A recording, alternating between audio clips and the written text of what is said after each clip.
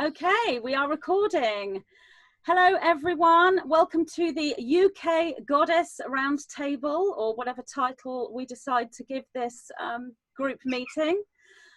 So we have with us today Dee Taylor Mason. If you wave, let everyone know who you are. Dee Taylor Mason. We have Jen McCarthy, the Cosmic Gypsy. We have Becky Parks. We have Menti the Awakener, and we have Tara Love Perry. And you will notice that we all have something in common, and that is that we are all from the United Kingdom. We are all from the UK. I had a very strong feeling a couple of weeks ago to draw together a divine feminine, divine goddess group with us all from the UK. And my idea for that would be to present perhaps a psychic and spiritual viewpoint of what's happening in the United Kingdom right now, from really, I guess, you know, a grassroots ground level, as in the political scene and everything else. That doesn't exclude other countries, but I wanted to actually present an original and unique presentation on a psychic, spiritual level of the United Kingdom, which I don't think has necessarily been done that I'm aware of. However, the nine have other ideas. I was in the shower this morning, as I was telling the ladies, and I felt the nine with me and a download coming. So as soon as I got out of the shower, I brought them through and I wrote down what they were saying. And it turns out my ideas as to why we've come together as a UK Divine Feminine group is not really what the nine had in mind. So I am going to read to you what the nine have actually said as to why we are here today, and then we can all speak about this. Okay, so this is what the nine said. You ask us if we can draw close and present a transmission specific to your area of land upon your globe that you call the United Kingdom. You gather together enlightened, star-seeded souls, each way-showers and grid workers, holding diamond light codes, either activated or in potential, to speak about that which occurs within the land where all your physical bodies reside, that which you call United Kingdom. Yet you were called to draw together this group, not necessarily to discuss your political movements or naval laws or laws of the land, but to hold frequency. Each place or space you call village, town, city, country, state, or region holds a specific frequency. The frequency each of you hold through your spatial residence allows you to impart a code or collections of and series of codes to those who watch you gather and hear you speak. It is as taking one pebble from a beach and presenting that same pebble to those who frequent a different beach many of your Earth miles away. As you share your different and unique frequencies, you raise the collective awareness of self and other selves and move into heightened awareness that you may know as telepathy. Your codes are much needed at this time and are amplified when you gather as you are on this day in this way. We present some of the codes you hold when you present as a gathering of souls who reside in this place you call the Great Britain or the United Kingdom. George and the Dragon, King Arthur, Queen Guinevere, and the Knights of the Round Table. The stone circles and sacred crystal portals within. The Michael Mary ley lines or dragon lines. The Lady of the Lake, Camelot and the Sword of Truth Excalibur, the circles in the crops, and the Royal Code and the Holy Grail bloodlines. There are many other codes you hold, yet these are some of the most significant flame letter codices held by your gathering today. We invite you now to radiate these codes. We are the white-winged collective consciousness of 9. So, would anyone like to comment on that? I've just got so many goosebumps. I just want to comment. I've got so many goosebumps. And the fact that just the way that you put it together, so powerful. And yeah, I'm just really, really blown away. And it just shows how important this gathering is on a soul level, on a higher soul level, for us to be having this ascended conversation about this isle. And I think that we're going to uncover a lot of mysteries, and codes are going to be revealed in our meeting through bringing the frequency of the six of us together. I'm just seeing it's going to really, really unlock some very, very deep downloads for all of us, as well as our listeners, but for all of us. So I just wanted to say that, and just to let you know that I had absolutely like full on electric goosebumps when you said that, Magenta. And I think there's someone else who wants to say something about that.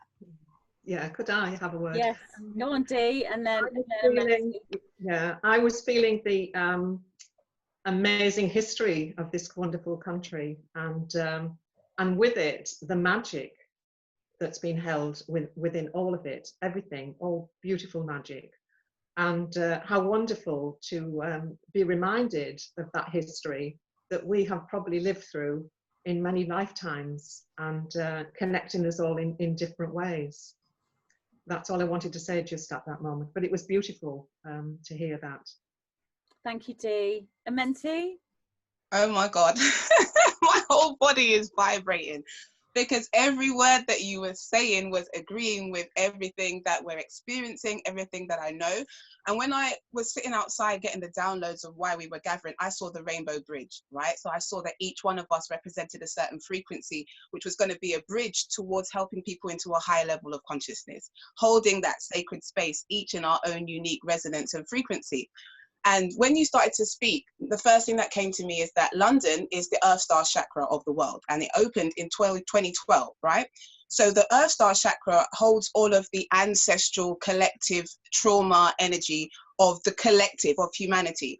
And if you see how London, especially Great Britain, has had a legacy of going around the world and collecting monuments, collecting artifacts, collecting even people, and bringing some of that energy to this place. Sometimes I wonder why, you know, such a small place can be the financial epicenter of the world, or has so much Masonic history and so much of that, you know, that ancient power here. And in 2012, I was shown that because of the fact that the Earth Star Chakra is here, that's why that energy is here as well. And then you look at the fact that Glastonbury is the heart chakra of the world. So it's also that love, that same energy that brings everybody together. And Jen and I have known each other for some time, and Glastonbury is a very sacred place to me. And in 2012, I started going there on a mission. The missions were to help balance the energies between the two chalices, the white chalice and the white well and the red well, those two energies, balancing the masculine and the feminine and bringing them into harmony. And we did a sacred ceremony around that. Also in 2010, where I live right now is called Oakwood, and I live opposite what's called Camelot Moat. And I went there in 2011, guided by spirit, to do some work on releasing some of the karmic energy that was there, speaking and singing tones to the waters and awakening some of the life and energy that's there, because there's an old Stargate there. The Lady of the Well is there. And so I didn't know why I was being sent there, but that's what I was being sent there to do. And on that particular day, after I'd done the clearing on the waterways, I met this man, and he said to me, "You look familiar." And I said, "You look familiar too." And he said to me that he was the soul of King Arthur, and he had a son with him who he said was going to be the future coming of his energy. And it was just really strange how we met in that moment, and it felt like we were on different dimensions. At the time, I wasn't living here. Within 4 weeks, I got evicted from my house because my landlord wanted his home back, and I got stationed right here on this Mary and Michael ley line. Where I live in Enfield, all of the churches are dedicated to Arthur, to Camelot, to that energy. Even our emblem for our borough is the Red Griffin. So when you started to say all of these things, it just helped me to know as well that we're anchoring these codes and frequencies. The road next to my house is called Green Dragon Lane. So it's anchoring all of that ancient cultural history, and also utilizing the energy of the divine feminine to just emanate it and spread it and share it through this collective that we're, you know, this energy that we're sharing right now. So it just activated so many experiences for me that, yeah, I just wanted to share. So I feel like it's right in alignment. Oh, wow. Thank you. Like I said, I had no idea. And for so long, I've thought that in this ascension movement, America, the US is so pivotal and so central, and I know that it is, but I kind of left my United Kingdom energy behind, like, and many times I've thought, why wasn't I born in America? Why am I over here when this is so central to the US? And like I said, I got this feeling to draw us all together, the divine feminine holding this sort of light for the UK, but specific to really talk about the political movement and what's going on the ground. And then all this came forward, and I don't think I even related the whole Camelot, Arthur, legendary ancient histories to this land here in England. It's opened my eyes. I haven't really processed that until right now today, and here we are radiating these codes. Becky or Tara, would you like to say anything about that? Becky, Tara? Yeah, Becky. Yeah, it's very, very exciting. What you were saying, the Nine are wanting us to, instead of talk about the geopolitical side, is to really focus on the magic of this isle. Just this week, I was really focusing, you know, I work with crystals. I absolutely love crystals. I love colour and I love energy. And I was really connected with the bright colour green of emerald, and the words Emerald Isle just coming up. I don't know, just out the blue all week. And I was thinking, you know, that's lovely, that's Ireland, but I really have a feeling now that we're actually talking about the whole of the British Isles. You know, when you look at it from above, it all looks like the Emerald Isles. And I think that's what we're sort of, that might be the focus of this conversation right now. And absolutely, as Dee said, the magic, there's a lot of history, there's a lot of magic entwined with that. And you know, the Knights Templars play a lot. They played a lot part, you know, in establishing the city of London, but also, you know, being involved hundreds of years back with this, but also, you know, with the whole Camelot story. And it would be wonderful to uncover some of that magic. It's something, I love Glastonbury. I've been to Glastonbury very many times. I used to live near there. I did my shamanic course there, and I go there. And Simon and I had our blessing there, our shamanic hand fasting blessing there. So it's in the Chalice Well, one of my favourite places. So yeah. Tara?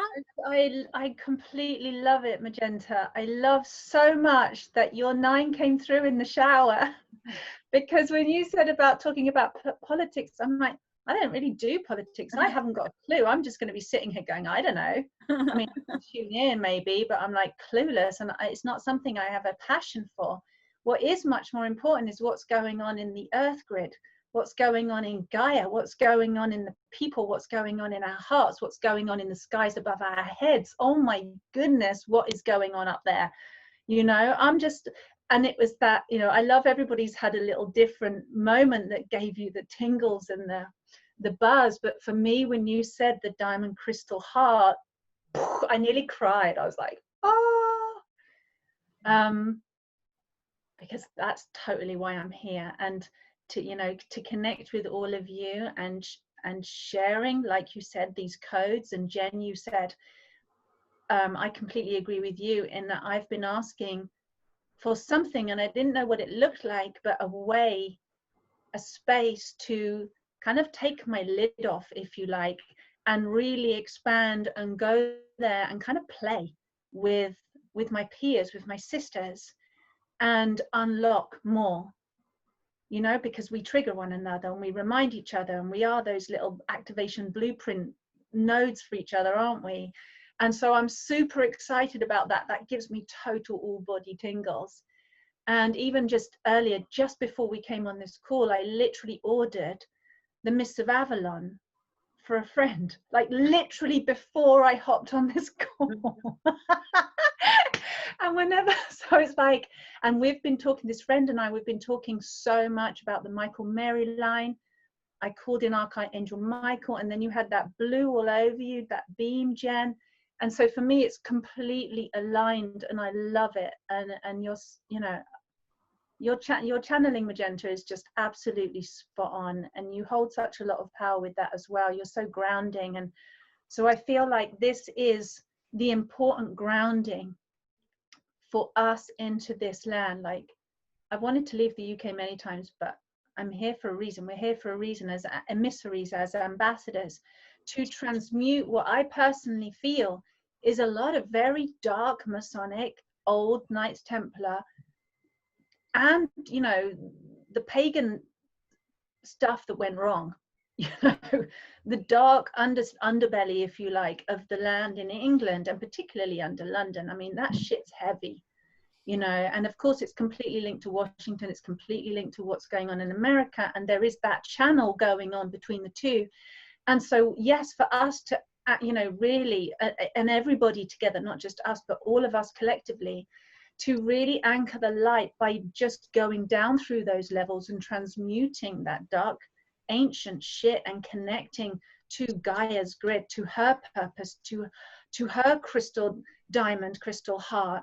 And, you know, and as I focus on that within myself, and that's expanding, and all these DNA codes are popping open in my body, and my cells are changing and everything, the white spring of Avalon is just there. It just keeps calling me. It's like, it, you know, are you having that feeling too, ladies, where you have, it's like it's the spring is coming up through my body energetically, and it's completely the white crystal spring from Avalon. I don't know if that's happening to anybody else, but that's what's happening to me. And it feels like a cleansing, a washing out from the divine feminine energies of the earth and through us. I don't know. Do you feel that? Yeah, Tara, I do. Sorry to dip in here. When I did one of my exercises with the shamanic group was to do remote distance gazing, and we went up to a hillside, which is about 8 miles or so, maybe 10 miles or so away from Glastonbury, and you could see a lot of the Somerset levels and the coast.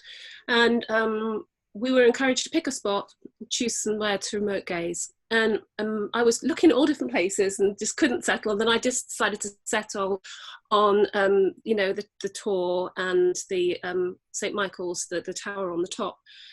And as I was doing so, the most incredible, I mean, the colours that came through was, it was basically a green light with a pink outer light. It was so powerful, and I got such a very, very strong sensation of Glastonbury as being the heart chakra in on the earth. Now I know that the chakras move around. I know that Mother Earth, Gaia's, Sophia's chakras move around, but I really got a very strong sensation that at that point the heart chakra was there. And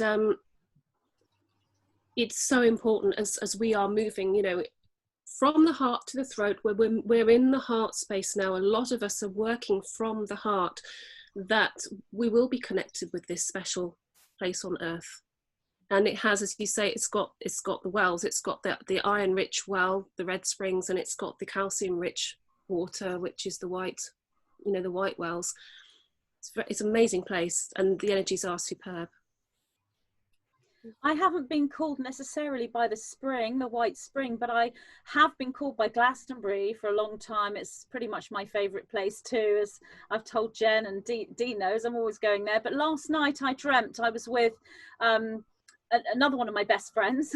So I've got another best friend. So I've got Dee, my best friend, and I've got another best friend called Dion, but everyone calls her Dee as well. So I've got these 2 Ds, which is really interesting. Daniel.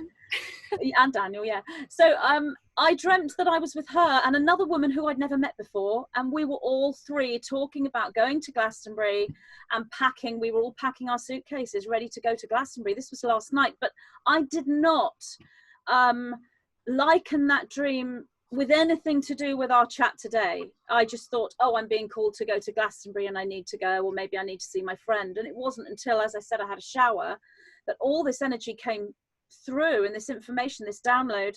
Lots of people ask me why that happens in the shower. So many psychics and clairvoyants pick things up in the shower, in the bathroom. It's actually the water. It's a psychic conductor. So you get under the shower, and if you are already an awakened, activated, aware person, the water connects your psychic awareness. That's why so many people pick up downloads in the bathroom. But Jen, I mean, you live in Glastonbury, and obviously the information the Nine was giving is very linked to the sort of Glastonbury symbology, isn't it? With the Excalibur and Camelot and Arthur and the Michael Mary line. What's it like living there in that energy? It's a bit of a soup. It's a real soup, and so you've got the full spectrum. You've got the absolute dregs of the earth here. They like very, very dark souls will incarnate here, and they'll, you know, and so that brings a very, very low vibrational spectrum. And then obviously you've got the very, very high spectrum angelic souls, and then we've got everyone in between. So it's been difficult for me because I've been stabilized in angelic consciousness. I just automatically put that on everyone. I'm like, oh, you're an angel, you must be an angel, you're self-realized, because I just see a mirror of who I am. And so I have been deeply disappointed at who a lot of the people in Glastonbury really are. And the word wolves in sheep's clothing, really, I'm getting goosebumps. Like, there's so much of that, where they've got the long dreadlocks, they're wearing the white. You think they're flipping spiritual, but they do not have a single spiritual bone in their body. And so and because I'm such a good soul, I don't ever expect that. So I've had a lot of disappointment, you know, from people in this town. And to be honest with you, I feel like I've been like holding like a lot of the ascension frequencies in Avalon as an avatar myself. And then the other day I just broke down to my team and I was like, I can't do it anymore. I cannot hold the ascension frequencies to the level that I am on my own. So I called in the big guys. I called in Bubba G, I called in Archangel Michael, I called in Donald Trump's higher self, I called in Yeshua and Magdalene, and I visualized them all like basically setting up a temple space, like a market temple space in the high street. So there's what's going on at the moment. There's a huge battle. It's like Glastonbury has almost become the forefront of the spiritual war that's going on right now, and I am very, very much at the front of that as someone that is in that ascended consciousness. And so it's just bringing up so much trauma and so much vitriol from many of the asleep souls that are unwilling to do the work. They're just drinking, they're just smoking, and they're just spending their whole life blaming other people instead of actually just looking at their own shadow, doing a little bit of inner child healing, getting on the path, just even a tiny little bit. They're just looping now of just like projecting, it's all everything's my fault, I'm just a fake, and it's all because I love Donald Trump. It's just madness, absolute madness. But I called in the big guys. I was like, right, we need you to ground here, we need you to anchor here. And so I visualized loads of the ascended masters moving into Glastonbury. I feel like I'm done. I really genuinely feel like I'm done with holding the energy in this particular grid point. And I feel like Glastonbury's spitting me out right now, I'm not going to lie. So it's interesting what you were saying, Becky, about America and Tara as well, because I am feeling deep callings now to align with that timeline of America. And I was told by my team the other day that America is the capital of the new earth. When we go into the new earth, America's going to be seen as the capital of the new earth.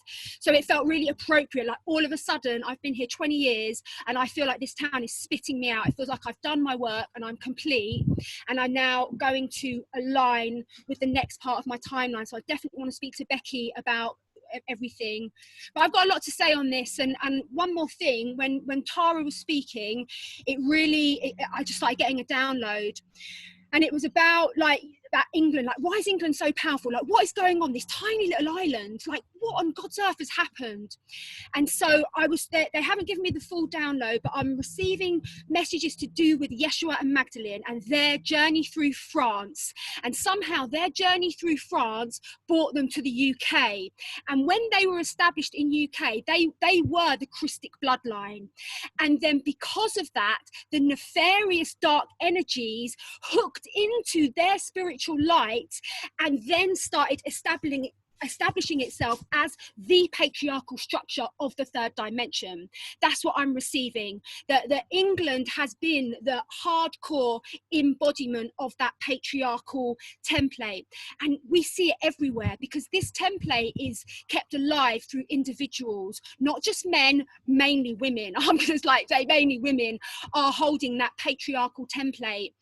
And so I think that what is going on at the moment is that there's a split occurring. These ascension energies are pouring in, and so a lot of these people that have been really stubbornly holding on to that patriarchal template to maintain this structure of the UK, what I'm being shown is that there's like a portal's being opened, and a lot of them are now exiting the stage because they are not going to be coming to the next collective vibration that we're going in. Obviously it's a very, very complex subject, and it's difficult to speak about this with human language, but we're going to do our best. And so yeah, I've said quite a lot. I think I'll just leave it there.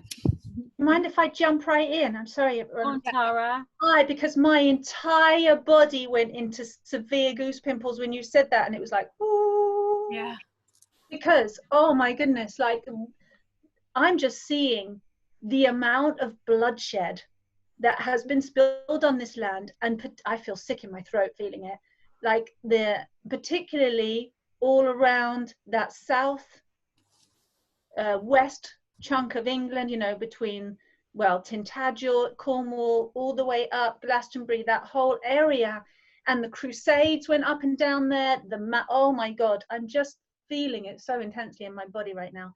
So much bloodshed. And also prior to that, with the whole kind of King Arthur pagan stuff, there was a lot of deep, dark, manipulative magic that went on there.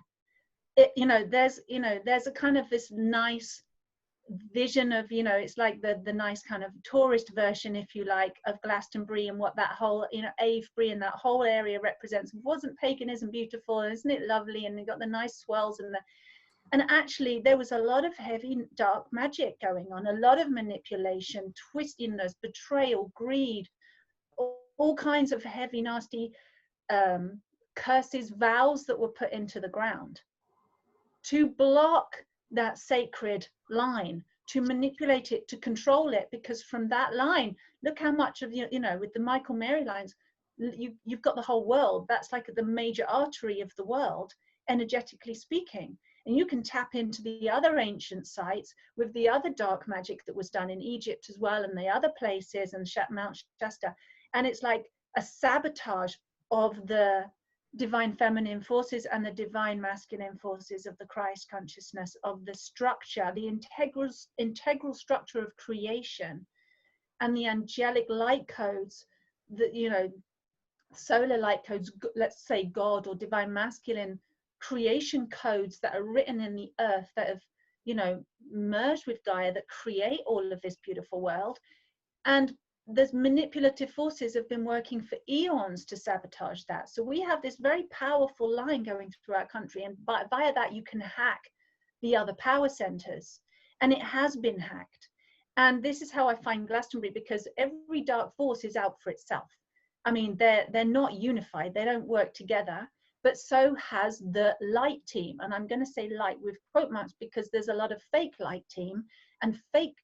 And I'm really sorry to say it, I don't mean disrespect or to, I don't know, come across whatever, I'm just going to say it. But there's a lot of fake light workers that are not working for the light. And this is what I find a lot in spiritual places, whether it's Glastonbury, whether it's Brighton, because we've got a lot of that going on here too, or wherever it is around Mount Shasta. You will gather people who want to be something and want to be somebody and want to have the significance, and they walk around with their wand or their staff or their druid robe or their whatever, not necessarily, I don't mean to diss those things, okay, I'm not dissing those things, they're lovely, but I'm just saying, there's the look at how big I am, and I'm going to open this portal, and I'm going to heal this code, and I'm going to plant this sacred code into this sacred spot, and I'm going to, and how many people are doing that?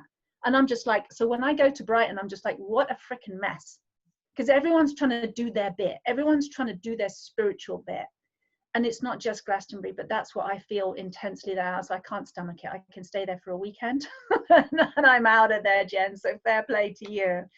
But it's like, if it's possible that this uniting needs to be, and I believe it is possible, and that's why we're here, and to speak it into existence and to keep putting that from the crystalline diamond heart of our source essence, our source truth, from the Sophia code, from the divine feminine, from the divine Christ codes within me, and from all of us, that we actually unite in that place, in a true essence place.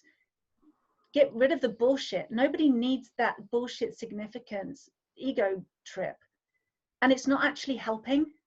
And it takes honesty, and it takes humility, and it takes a heck of a lot of really strong work to do this stuff. It's, you don't just wave a wand and it just doesn't happen like that. You know what I mean?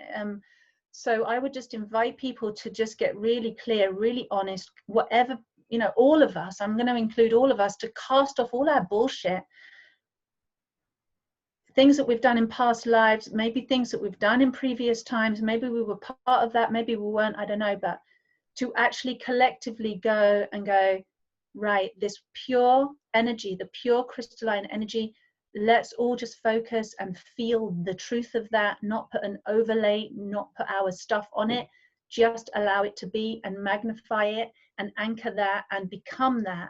And it's getting the self out of the way, it's getting the ego out of the way. We're not doing anything, we're allowing what wants to come through to embody and magnify and anchor. That's my perspective anyway. And by doing that, by being, you know, almost not significant, just humble, just real, that's when the biggest power can affect, I feel, for the whole grid line. Anyway, that's what I'm feeling. I'm gonna shut up now. Go on, Menti. I was actually going to ask you how you're feeling about the energies in London, and is there a similarity to what you're hearing from Jen about Glastonbury and Tara about Brighton? Is it completely different, or? It's interesting because whilst everyone was speaking, I was not only just getting downloads, but also being able to link certain things. So when we look at the heart, right, the heart has 4 different ventricles. The heart can also carry shadows, pain, torment, anguish. It can also carry love. It can also carry empathy, compassion.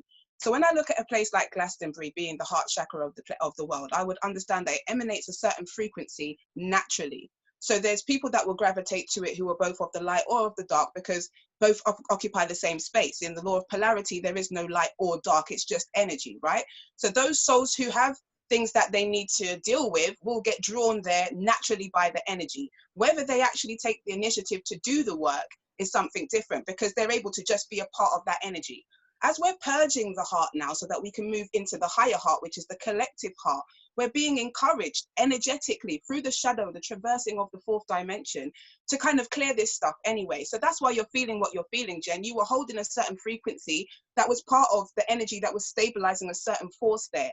Because I look at it like Glastonbury is a gate, a Stargate, right?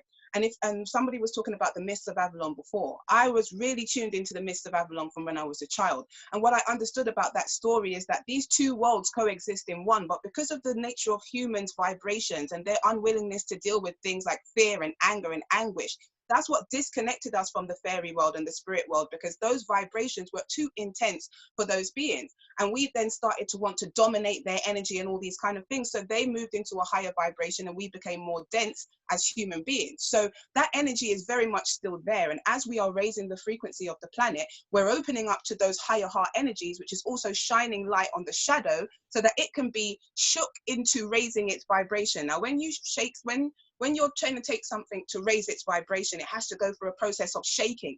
That is to release anything that is not in the vibration of the heart.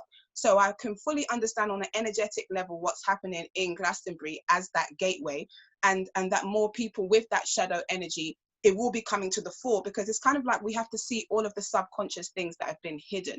So I can understand that. Another thing that came to my mind was the Knights Templar, because when someone was talking about the Mary Magdalene and Christ energy, I think it was you, Jen, and talking about that energy being brought here and in a way distorted.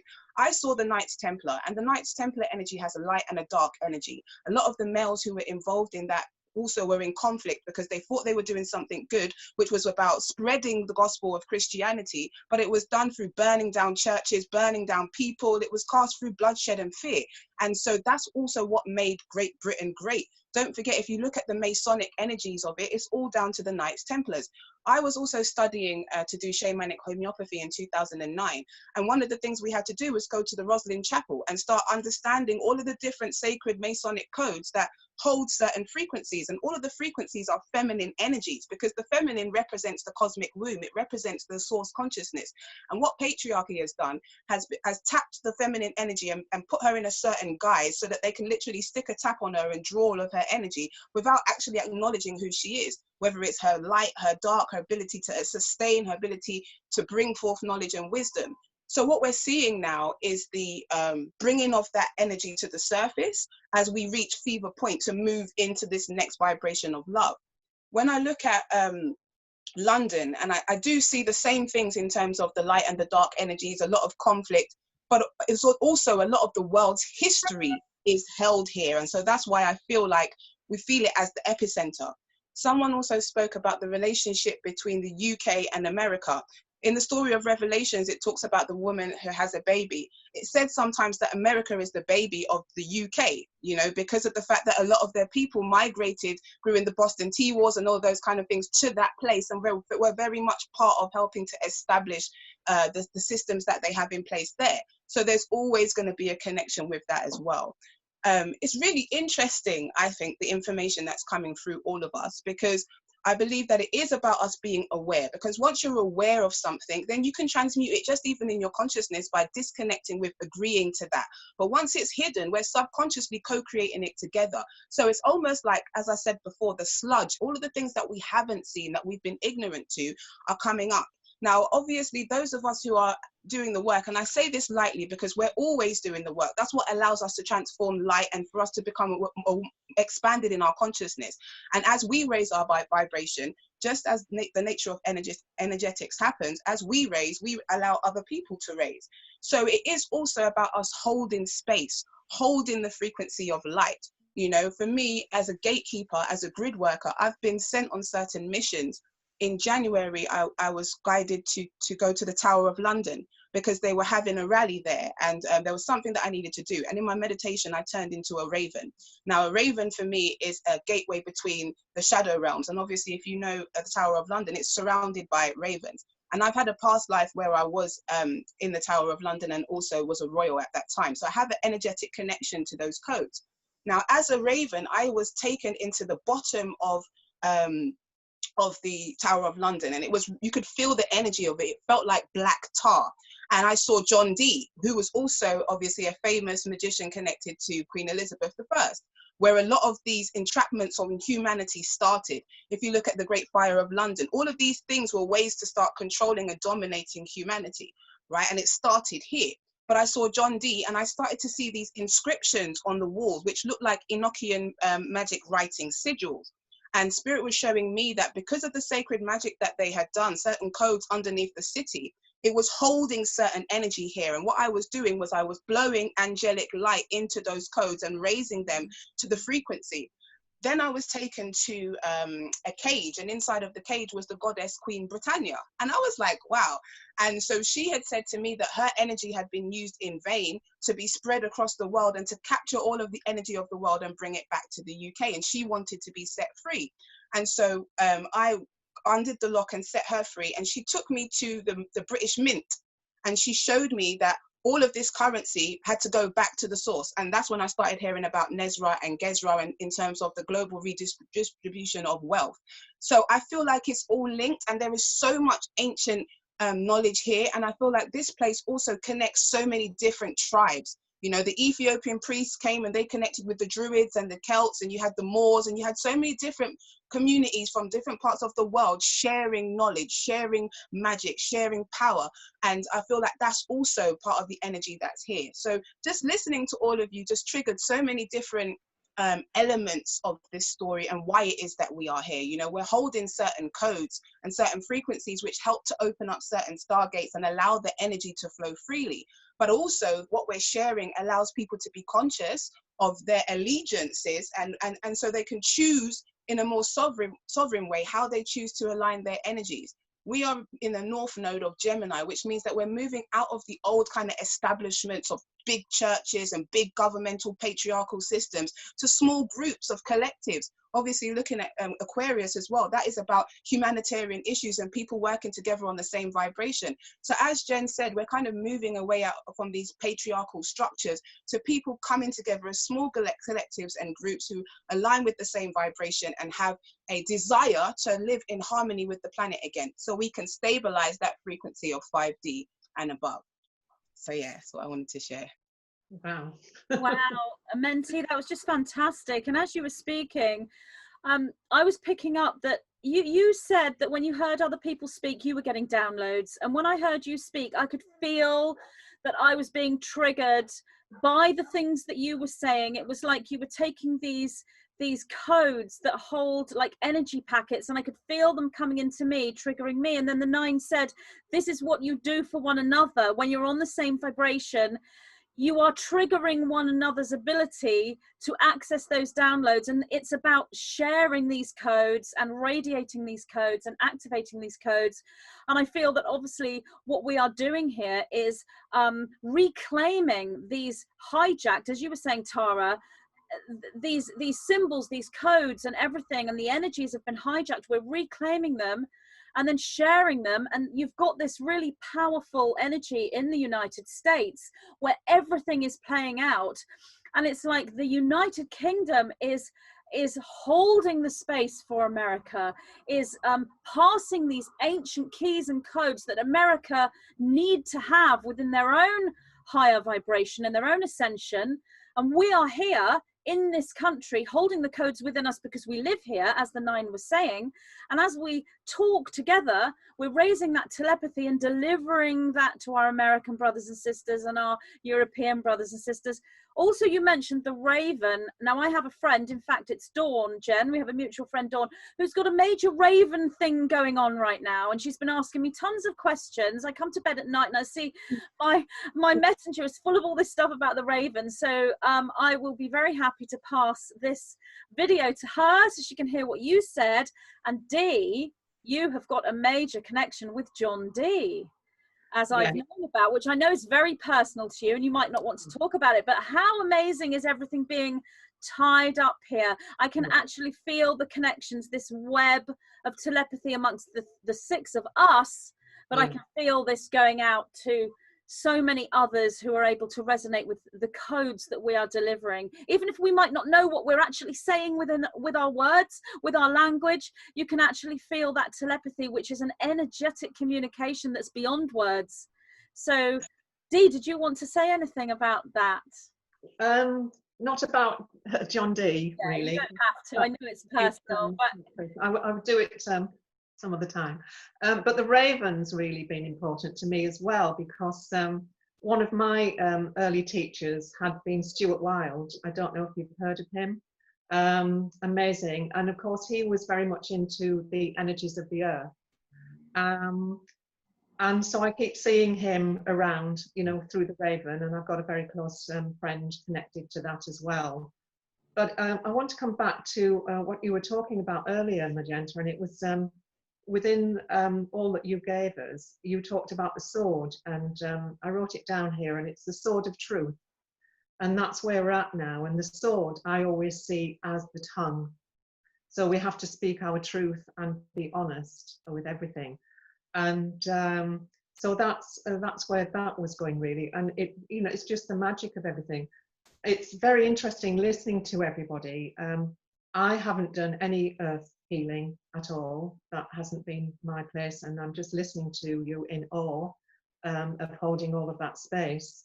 I have, however, been doing a lot of energy work with one other in America, and we meet once a week, and we've been clearing a lot going on right now with Donald Trump and those around him, and many different things. So each week we have a list, and that will go on for some time. But also we occasionally include some of our government. It's never something I want to go into that part of things, because what I've found about myself is that I don't hold things internally. I can be very dispassionate about things, you know, I know what I'm doing passionately, but then it doesn't affect me. So one of the things I've been having to do, or guided to do, is actually look at the things that are happening, which are not nice to hear and deal with. And then I can actually use my energies to actually go in there and do some work. So it's been fascinating for me to be given this time in lockdown, to actually have the time to do all of that work, and blessed to have other people to work with doing that. So going back to what's going on here in England, I'm just sitting here just amazed at the energies within this group. And also I can feel your downloads, because at one point I just wanted to close my eyes and go to sleep. It was just so powerful coming through. So those codes are being exchanged right now. So yeah, thank you for this gift. Becky, I'm not sure where you are in the country, but are you sort of feeling any similarities in your area? Well, I live in the Midlands, and I live kind of in a small city. There's a lot of parkland around us. In the winter, it was all underwater, but now you know, the water levels are at a natural level, and it's all very beautiful and green, and there's weeping willows surrounding the rivers, and there's a lot of swans, a lot of cygnets. The nature's been really very beautiful this year. I think because of the lockdown, there seems to have been an unusual boom in just swan life, actually. Normally swans have, you know, they may have 4 cygnets, and then it gets whittled down to 1 or 2. And this year, regularly, where I go for walks, you know, the swan pairs are having 7 cygnets regularly. I mean, I've seen several sets of 7 cygnets that have survived, and they're now quite large. That might seem like I'm sort of going out on a tangent, but I always do I go out into nature, and that's where I connect, and that's where I have my, you know, connection to Mother Earth, my downtime. And the energies, we have a cathedral in this city, and I was just thinking, so some of the things that people have been saying, Tara mentioned, you know, Washington and London. Well, the Vatican's tied in there. And I think Amenti was talking about the sort of more, Jen talking about the patriarchal negative energy. And I'm aware that, you know, churches have been put on spots that were sort of power spots. Where there's a power spot in country, around, you know, in the cities and so on, that's where the cathedrals have been put. And it has distorted the natural, wonderful, divine feminine energy, and sort of suppressed it and channeled it into a patriarchal energy. And I am aware of that.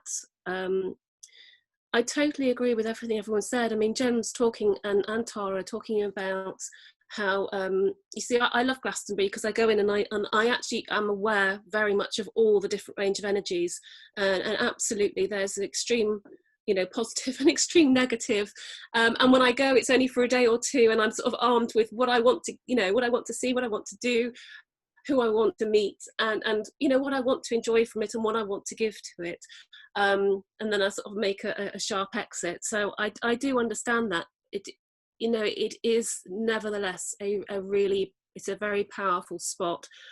There's just so much. This morning, because I didn't actually sleep at all well last night, and I never seem to before we have podcasts. It's nothing to do with that. There's always something that just happens. And last night, because we've got a lot of cats, and we have 9 cats, 3 of whom are female. Now, the females are the bosses. We've got an 11-and-a-half-year-old who is the boss. We have a 2-and-a-half-year-old who's next in line, but very just happy with her. She's very happy and comfortable and settled. She's very silver, she's, you know, silver coloured and very very feminine. She does hold a divine feminine energy to her. And then we have the youngest, who's 1, who's very energetic, forthright, passionate, and she was challenging the other 2. So there's lots of hisses and squawks and running up and down the stairs. That kept me awake.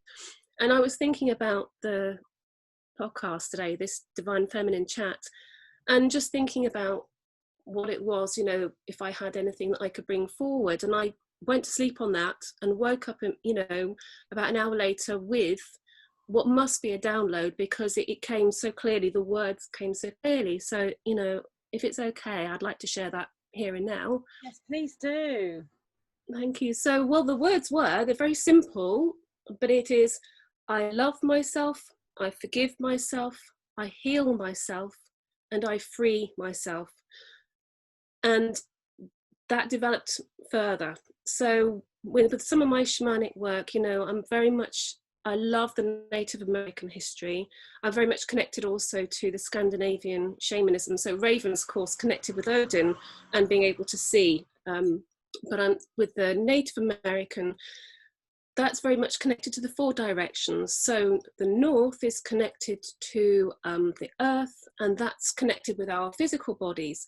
So I was thinking, you know, if we said this, I love myself, I forgive myself, I heal myself, and I free myself. And then go to the east, element of air, and that's connected with our mental bodies, our intellect. Say the same again. Step into facing the south, which is connected with fire and our spiritual bodies. Say it again. Face the west, connected with water, our emotional bodies. Say it again. Turn back to the north and then say, I am loved, I am forgiven, I am healed, and I am free. And do the whole process again. I think it's very powerful because, you know, as someone was saying, I think it might have been a mentee, and I'm sorry because there's just so much information come in. People are, or actually it would have been Jen, people are not doing the work. I remember it's Tara as well. So everyone's saying, I'm picking up the bits. Some people are not doing the work. They are just wanting to sort of listen to the latest podcast, listen to the latest video, listen to the latest news and argue about it. But they'll do anything to distract them from just focusing on what's going on in their own internal life. You know, we all have an external life, the outward projection, our interface with the world, and we have our internal life, that which is going on within us, within our physical body, our emotional body, our mental body, and our spiritual body. There's a lot to us. We have very great depths, each and every one of us, and it sometimes does take a lot to look inwards and deal with our history, to deal with the emotional traumas, to deal with the blocks. We all have it, and we all have it in you know, some collective ways, and we all have it in our own very, very personal individual ways.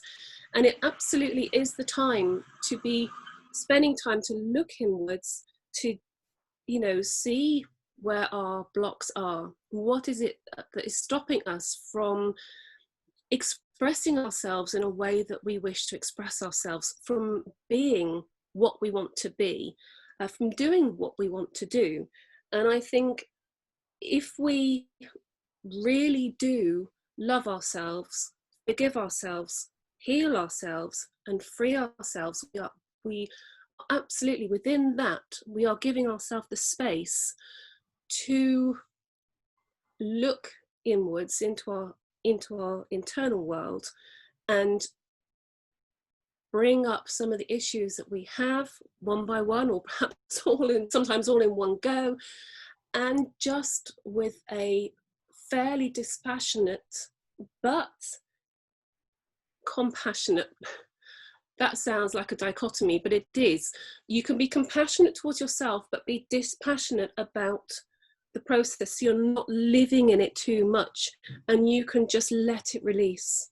I mean, there's different ways of releasing, but I think it's so important to be doing this now. We need to develop our boundaries. We need to develop our self-respect, our self-worth, and it will make us so much stronger.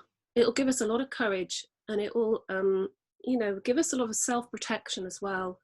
If we do the internal work, we will see in the outside world, we will see this being reflected.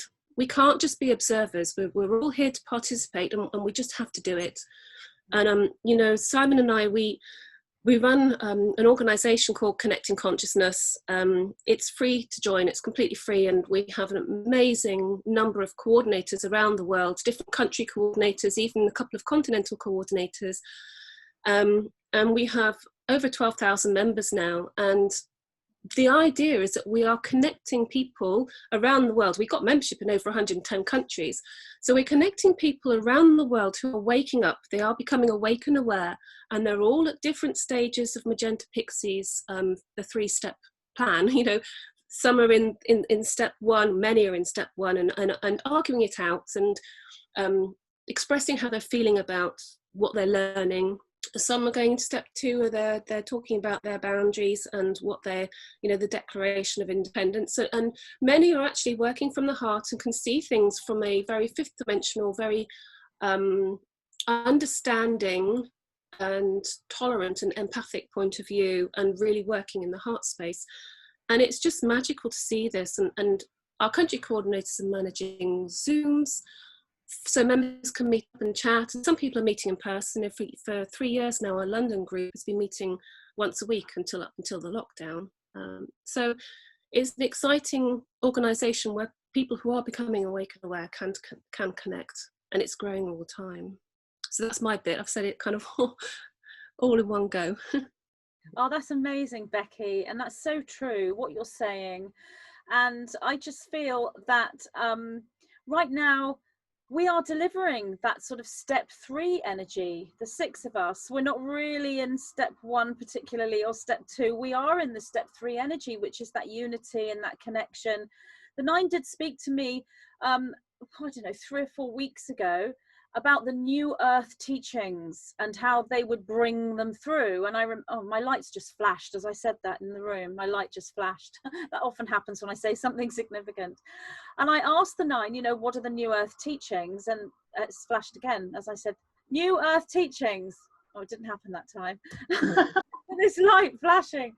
I asked the 9, what are the New Earth teachings? And they were saying that they will be bringing them through, but they didn't say what they were exactly. But I'm feeling, as you were speaking, and I was also feeling as a mentee was talking as well, that this is it. It isn't about a specific teaching. It's just the connection, the unity, the step 3 energy.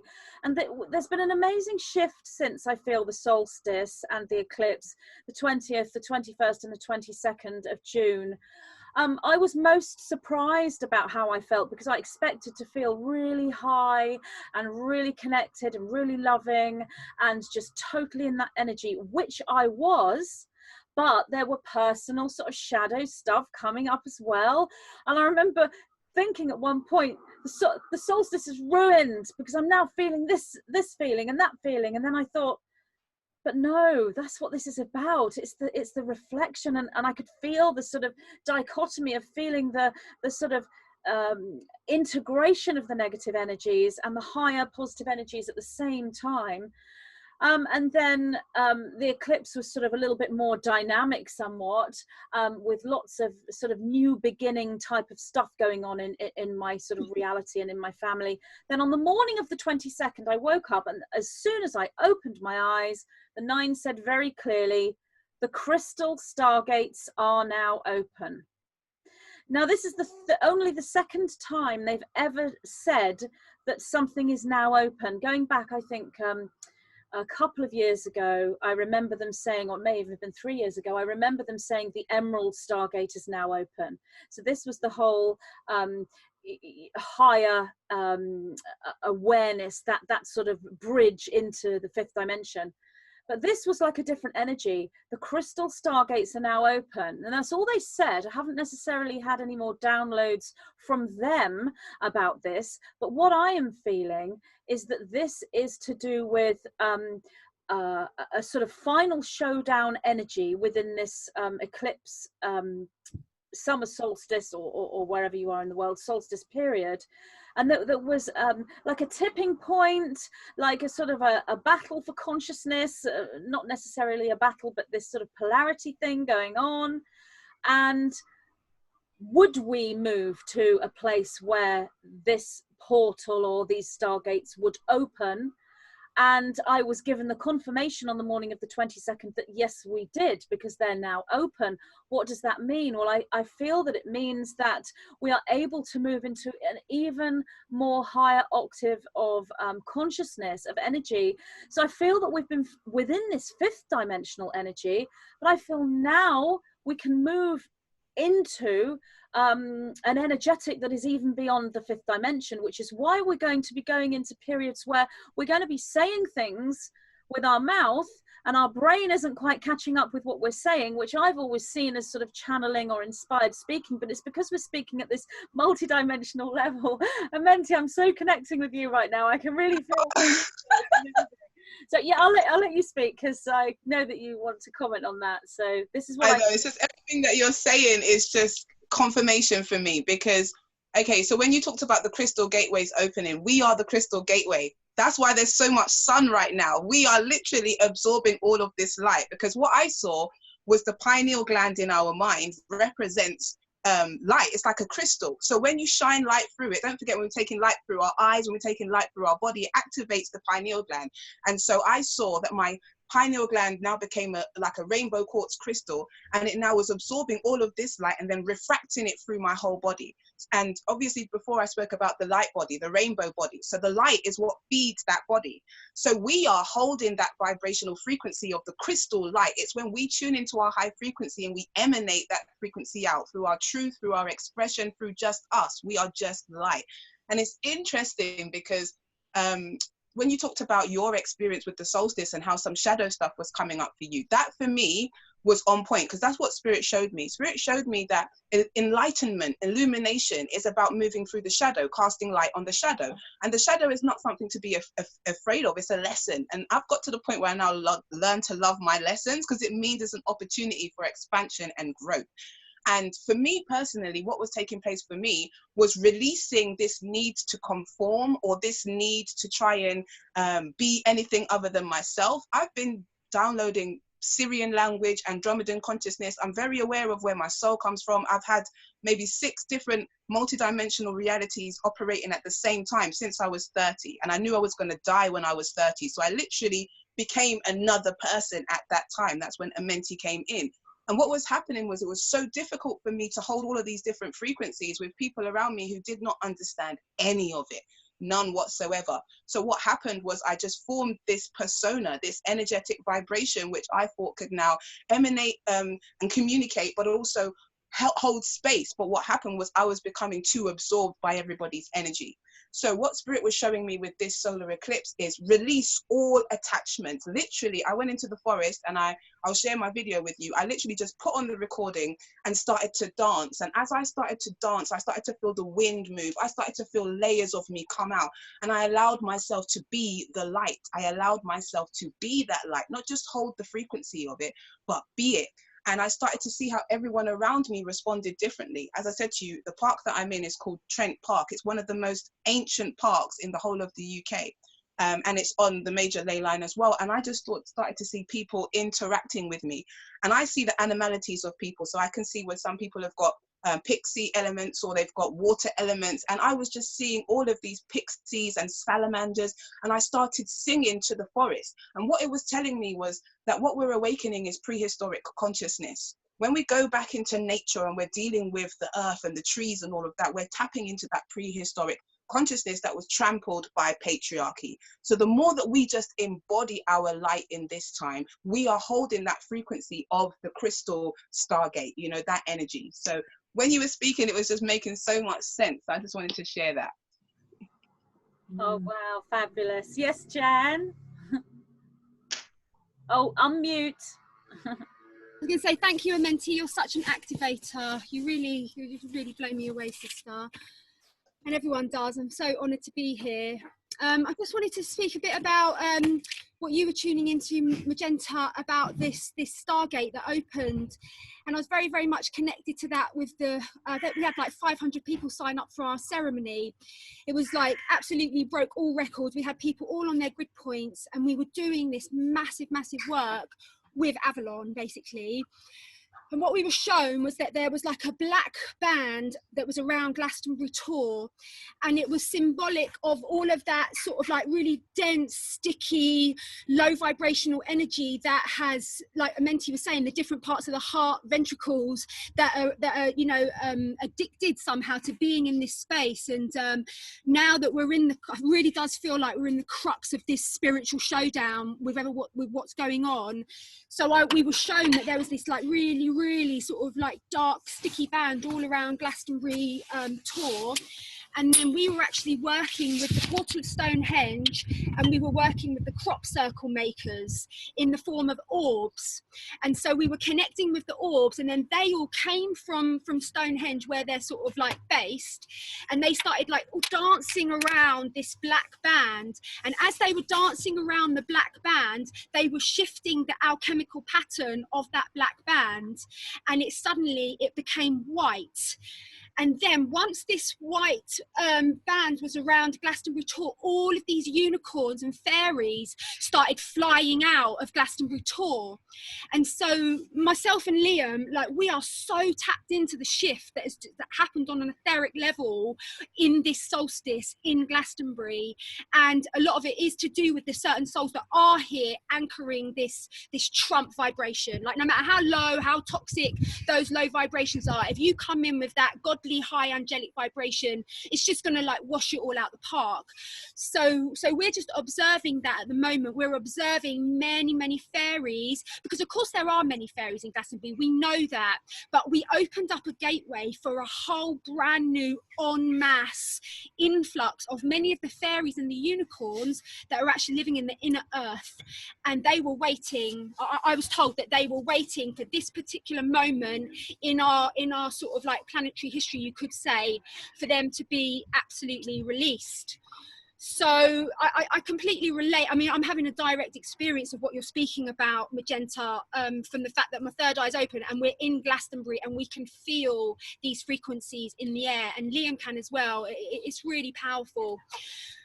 But on top of that, I just wanted to share something about going back to what we were talking about earlier about the England, and what is it about England that has given us so much power, and what I was being shown is that this patriarchal structure, and it's so entrenched within every single aspect of our society. And of course, everyone has absorbed this false programming, this false patriarchal programming on an individual level. And so what I'm seeing is people like myself and all the women in this circle, we have signed up to activate the wild woman codes, the true wild woman codes, where we will not be silenced. Like, we will speak our truth, even if every single person like disagrees with you and goes against you and even creates a witch hunt. That will never ever stop us from being that wild woman. And I'm having a direct experience, as I'm sure all of you are having that. And so what I'd like to say is, like, that's how you trump the patriarchal pattern, by finding your own truth. And like you were saying, Menti, like, speak your truth, speak your authenticity, even if your voice shakes. And this is how we dismantle this pattern, this patriarchal pattern, which is very, very heavy duty. And so we know that this patriarchal pattern exists within all our structures of our society, but most of all, it exists within the structure of our consciousness. And that is where we have to take responsibility for becoming the wild man and the wild woman. And that is where we are speaking our truth.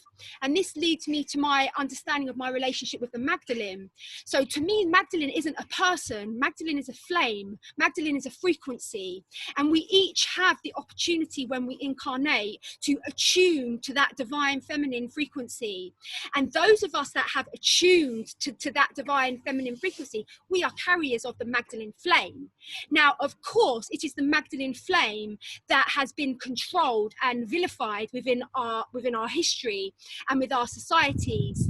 And I personally am witnessing that playing out again, very, very, very, very much so, as someone who is a blatant, unashamed, unabashed carrier of that Magdalene Flame.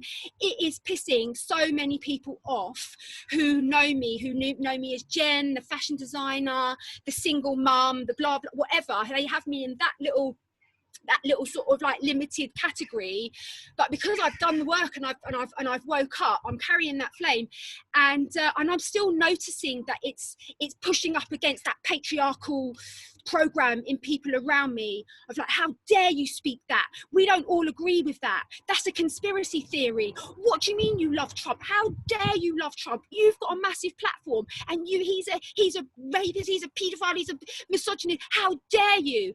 And they're all coming up against me. But it's never going to stop me. Of course it can't, because I've transcended that third dimensional like pattern of needing other people's approval. Do you know what I mean? And so, yeah, and so basically I'm at that level, and what we need to do as a society, we need to start supporting people. We support our wild men, support our wild women, because they are doing it for you. We're doing it for you. Like when I had my awakening, when my third eye blasted open on top of the Himalayan mountains, and I was absolutely had the massive God overdose of the flipping millennia, I realised it was for everyone else. Like it wasn't for me. It was for me to be an embodiment and a reminder for all my brothers and sisters of the truth of God's grace. And so what I'm asking for is a little bit of respect, no, a lot of respect actually, for those of us that have the courage and the bravery to transcend other people's need for approval, and will speak our truth even if our voice shakes. And we're moving now to a paradigm where we will be totally celebrated and we will stop being vilified. And that's my message. I'd love to hear you respond, Magenta, or Tara. Yeah. Yeah, Tara. Just that, and the meek shall inherit the earth. Just boom, just came through right there for you, Jen. Because thanks, hon. Whether it gets recognised or not, I mean, it's better if we're all working on the same team, right? Instead of fragmenting and fracturing. We've done fragmenting and fracturing and separation. It doesn't work. It's like getting on board. It is like that's the new earth for me. Is the new earth is new birth, and it is that it's heart consciousness, it's soul level self-recognition, self-realization, self-love consciousness. It's because self-realization is self-love. And Rebecca, I totally love you. You're gonna dig this, right? Look at this.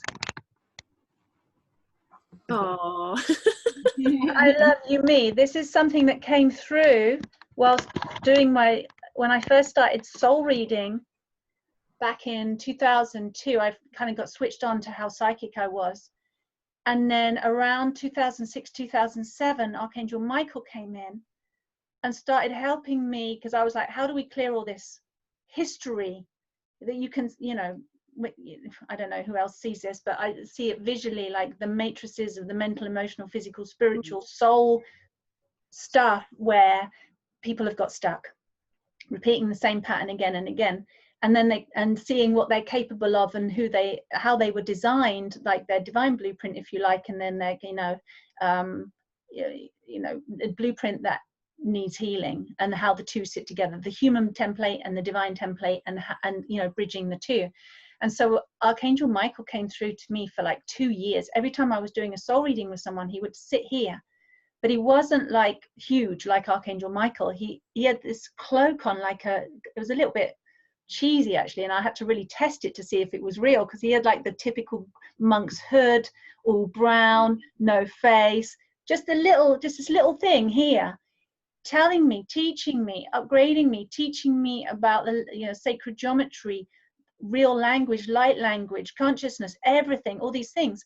And he was teaching me, because I was asking, how do we bridge the gap between the human template of all the destruction, all the stuff that needs, the blueprint that needs healing, with all the unresolved trauma and disharmony, fear, hatred, lack, everything that's embedded into this planet through ignorance. And it's only through ignorance. Some of it's actually with such a lack of consciousness and lack of love, it has gone evil as well. There is that super dark side.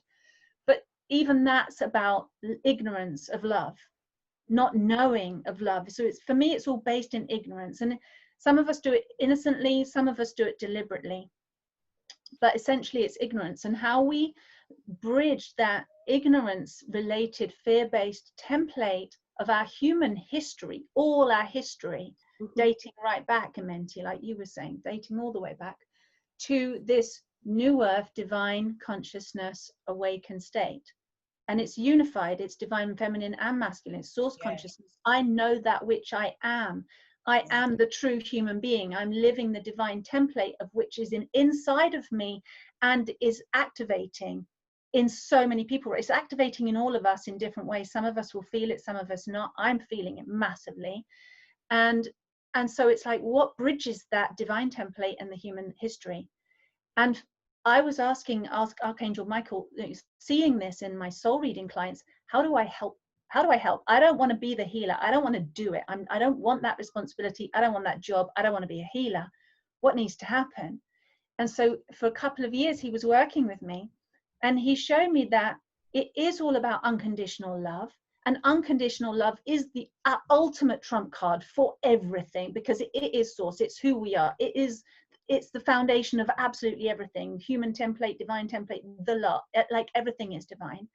And yet people not recognizing who they truly are and looking for love outside of themselves, that's what's kept us in ignorance and lack and fear, because we're lacking the realization that we are the love we're looking for. We are the source. We are the wellspring. You know, if we're thirsty, we're going around the world looking for people to fill our cup, to quench our thirst, and getting addicted and needy and demanding and desperate and whatever, sick, when actually we can just drink from that wellspring of truth and consciousness within ourselves, from that unconditional love. And so I was like, well, how do we do that then, Michael? And he was like, well, I didn't know he was called Michael. He was the monk. And then through a couple of years, we crafted this thing that was all based in unconditional self-love. And how can a human being unconditionally love themselves? To heal every single part of themselves, to bridge all of the human history of trauma and disharmony with the divine absolute harmony and new earth. And it was, the bridge is self-love, unconditional self-love for all that we are an embodiment of. We're an embodiment. We are the living, like you said, Amenti, living template of the earth and the history. So for me, the most profound deep work is not, well, it's just to go within, go into your own deep layers of history, the deep, dark, sludgy. Some of it is so dark and dense, it does feel like wading through tar. It looks like tar. It has that consistency. One of you said that. I think it was you, Jen. Was it you, Amenti? That's what it looks like in the deep earth, and that's what it looks like in us. And it holds, and that tar at the earth is actually a huge part of the field that holds gravity on the earth. Like, we need the oil in the earth. You know, we've got diamonds in the earth, we've got crystals in the earth. All of this is a product of that history, and we've got gold and everything. So it's not to treat that inner darkness or those layers, like when it turns to oil and it turns to diamonds and turns to gold, and we can bring it up through, like, you know, like an oil pump. We can dig deep down into our own depths of that history within, and like an oil pump, just like allow it to spill out. And with our consciousness, like you were talking about, Amenti, like that light consciousness, bringing it to consciousness, completely transform it as something that's not good and ugly and disharmonious into something else. And this something else is the new earth, because we have a feeling, some of us are from the future and we know what that looks like, but generally we don't know what it's like. The third, you know, it's the new element. It's that something that we don't yet know, but we know it. So for me, I've even got on the bottom of this banner, love thyself, heal thyself, liberate thyself. Seriously. That's amazing. Right? That's amazing. Through Archangel Michael. And so we crafted this thing, and so I just became like, it's like, okay, that's my work now, that's what I do. I thought I was going to do something else completely, and this is what I do, because it's that pivotal point. It's that ownership, that self-responsibility. Maybe the world doesn't need healing. Maybe I'll see it through false eyes. Maybe I'll put my templates and my perspectives on it. But if I heal myself, love myself, heal myself, forgive myself, free myself, I am then that, you know, the vibration that has, the ripple effect that has is incredible. And it's so powerful that you said that. And also, Amenti, just quickly, I want to come back to what we were talking about. I love that you talked about Tower of London, because I was thinking it and then you said it. Yeah. And the link, so going back to that link as well between, you know, Capitol Hill, the White House, Washington, that whole thing was built obviously on the same Masonic, dark Masonic, control Masonic, like it was in London first. Exactly. I got goose pimples. Like London Bridge was built on the sacrifices of human babies. There's the baby skulls embedded in the foundations and in other places. I mean, around London, you've got Tower Bridge that holds all of the wealth, the crown jewels, the diamonds, you know, to magnify. What do diamonds do? Magnify. What does gold do? Magnify. Whatever vibration you are, it will they are amplifiers. And what is it built on? Sacrifice. Human blood, human sacrifice, dark, Masonic, satanic ritual. That's it, Tara. That's exactly it. It is satanic, and that's what that's the energy that connects these three capital cities around the world. I wanted to just go back to when you were talking about going into our ancestral history and bringing up the sludge and healing ourselves. We all have sort of two lineages. We all have our human DNA ancestral history, and of course that goes back with we've got that. Each and every one of us has that within our DNA, within our genetic code. We are a culmination of all that was, in a way, you know, down different lines, and we're all an expression of that. And I just find that utterly awesome. You know, our mitochondrial DNA goes all the way back to Eve. So, you know, that's incredible. And we also have our soul lineage, our soul history. Each and every one of us has our, you know, past lives and who and what we were. And sometimes they're connected with our direct ancestral history, and very often they're all over the place, all over the world. You know, we've probably all had lives all around the world in different bodies, male, female, all different races and backgrounds. We're just so much more than we think we are, and I think this is the very, very exciting thing, is if we can do this inner work, just try and get in contact with who and what we are. I know a lot of people are doing this. A lot of people are doing this, and they're woken up and they do understand this. There's so many people who aren't, who just think they're utterly disconnected, disempowered, you know, need to look to someone else to help them. We have that well within us. It's unlimited.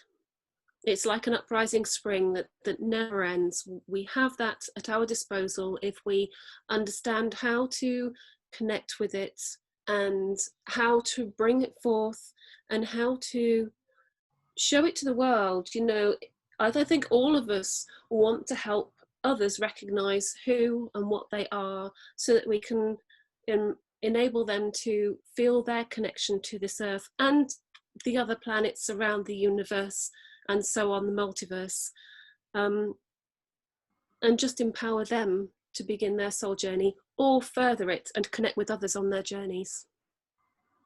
Well, Becky and Tara, what you've both said is absolutely beautiful, and it takes me back to something Laura said, Laura Eisenhower, in a recent sort of chat I did with her. She said it's so important, I think it was with you, Jen, actually. She said it's so important to have these chats, because as we have these chats and we speak about these codes and the feelings that we have, the downloads we get, the awareness we have, as we sort of project that insight into our conversation, we create that reality as we talk about it. And I truly feel that that's what the New Earth teachings are. We are actually creating the reality simply by having this conversation and sharing this conversation and sharing and radiating those codes, like the 9 said. Responding, Jen, to what you said, I feel that there are a great many light workers and starseeds out there that feel like that. You were talking about not being taken seriously in your own hometown by people who've known you previously, the person you were in your previous job. And I think that that's the case with probably the majority of starseeds, unless they're lucky enough to have awakened family and friends. They will see you as the person that they've known for 10 years, 20 years, 30 years. They'll remember how you were 20 years ago, and they'll think, how can you move from that to this? How can you be a wise person with wisdom? And how can you be connecting with these beings? But of course, as Amenti was saying, you become someone different and you go through a kind of a walk-in experience, but we can't really tell the people in our own home. In fact, I think it even says in the Bible something about not being celebrated in your own home. I think that's actually in the Bible, and I think it's very, very true. Now, you also mentioned the Magdalene Flame, and I think that's so beautiful, so powerful. It completely embodies everything that we are, the 6 of us right now, and I'm wondering if I can steal that for the title, the Magdalene Flame. I think that would be a lovely title for this group. The other thing I wanted to say before I move on to another speaker, Dee, you said you've never really thought of yourself as a grid worker. You don't necessarily feel that you've done grid work, but the 9 did say right at the beginning before we came to talk, all 6 of you, didn't say 6 of us, but all of you coming together as grid workers. So I feel that you are, and you have done grid work without perhaps actually thinking, oh, that's grid work. We're not talking about the ley lines on the actual Earth's surface. We are talking about galactic grids as well, and the higher chakras and the connections. So I think that every starseed and light worker, once they make that that conscious awareness within their own thoughts, within their own dream work, they're going to be grid working, and it's going on massively. And I feel that there are many starseeds and light workers who don't realize that they're actually grid workers. I agree. Yes. Could I just add to that? Because while we've been sitting here, and Amity mentioned something about a salamander. Now, every morning, I have been walking from my house through to Highcliffe Castle. It's 6,000 steps, that's all I can tell you, there and back. And it's my haven. I've found this place. I tended just to walk through from one point to another, but I've discovered some magical places within this forest. And I was walking one day, I've usually got my headset on listening to some nice music, and this couple walked up to me, and of course we're in this dancing bit about moving out of the way, giving them space, and they said to me, have you seen the salamander? And I said, well, no, come and see the salamander. So they took me to this tree, and there's a tree in the forest which has a salamander carved out.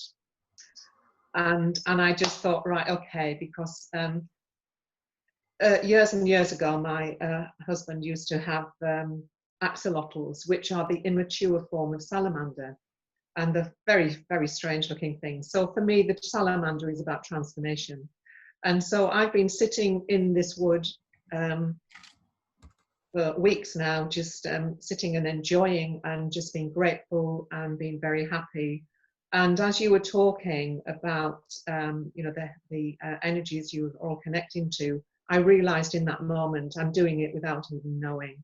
I've had the very great honor to have been given some holidays. I don't know if you've ever met William Henry. He takes people to Egypt and also to France, looking at the Cathar work. And whenever I've been on holidays like that, I'm working all the time. You know, there's something I'm working on. It's always turns out to be a job, not always a holiday.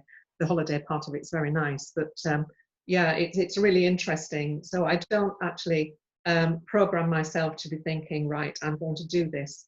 And I think that's where we're humble about the work we do, isn't it? Really, it's not until somebody shines a light on it you realise actually what you're really doing.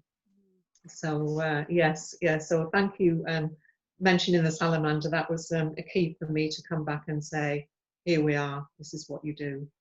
And amazing synchronicity as well, if you've actually been through that journey. I'm loving all the symbols of nature coming out. We've been speaking about the raven, and Becky, you spoke about your cats and their little situation and the relation between them. And I've just sort of asked this question to the nine. We are speaking about nature. Everyone's talking about the woods and the trees and the animals, the natural world. Can you actually deliver the codes of nature to yourself and to other people simply by talking about nature? The nine said an emphatic yes. Tara, you just posted something about the salamander and what the salamander stands for. So if you want to repeat what you just wrote in the chat, and then Amenti, you'd like to say something as well. Amenti or Tara, whoever wants to go first. Yeah, go on, Amenti. You. Sorry, I was feeling all of the energy and trying to keep notes because some information was coming in. One of the things I'm getting is that we have to understand that this is one world story, one world history. From the beginning of the inception of the creation of man, you know, we've this one history. And what patriarchy has tried to do is separate and isolate certain aspects and give us a certain understanding of his story. And that's deliberately called his story because it's focused in that way. So Jen talked about Mary Magdalene and her download being that it wasn't just a woman, you know, that represented a certain frequency. Well, in ancient Ethiopia, there's a town called Magdala, and it says that all of the priestesses used to go there for their training. The Essenes used to also train there as well. So each woman who initiated into her priesthood was then became a Magdala or a Magdalene. Also the same with the name Mary, which means Mariam. So all of the women who harnessed the energy of the divine feminine mother became Mary. Hence why the Christ had many women around him that were all called Mary. And all of those women, they held a certain vibration of energy of protection around him, and also were also responsible for financing him as well. They were using their spiritual gifts, their ability to create crafts to support the mission. So we've always had that energy of divine feminine, divine masculine working in harmony. Another thing that came up was, I think Rebecca spoke about us all being connected to Eve.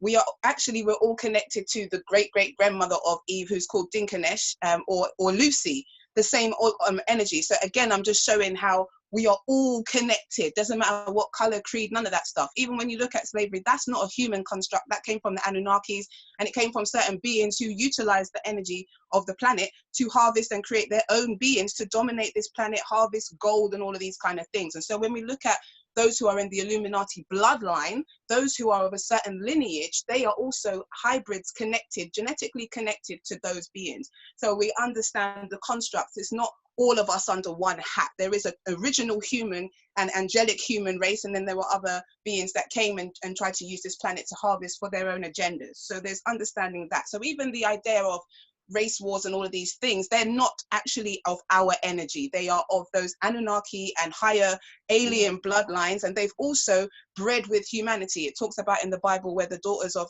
where the Nephilims had copulated with the daughters of Eve, meaning that there was some infiltration into the original human bloodline with things like Anunnaki, Draco, different other alien and extraterrestrial bloodlines. So it's understanding that as well. What I was shown when my sister Tara was talking about the Tower of London and the heads of the babies' skulls. One, I work with an energy called the ancestral mothers, which is basically the primordial, the void, the energy of the mothers of creation of the universe, everything. And one of the things that they showed me is that with the woman, how the woman was born, the woman was created, she has everything within her, light, dark, the ability to create, the ability to destroy. And our blood, our menstrual blood, is the most sacred force on this planet. It is living, liquid, light blood, right? And so the original initiation that we all have when we come from the heavens into the watery worlds of this planet is through blood, through the mother's sacred blood. Now, a lot of what I understand and what the ancestral mothers show me is that the males, when we chose to have the experience of being separate, of taking our hermaphrodite self, which is masculine and feminine consciousness moving as one, the creator is always trying to create and experience more of itself. So us separating is just another experience of masculine and feminine. I was shown that the menstrual cycle that we have is a reminder of that tear. It's a reminder of that disconnection, because we now allowed ourselves to be procreated or impregnated by something outside of us. So that menstrual blood that we share is a reminder of that separation. Now, pre-history, pre-patriarchy, women were seen as the lawmakers. They were seen as the diviners. Even if you look at times like Rome, whether you look at Greece, whether you look at ancient Egypt, you have the oracles, you have the sibyls, you have the women that hold that divine feminine frequency.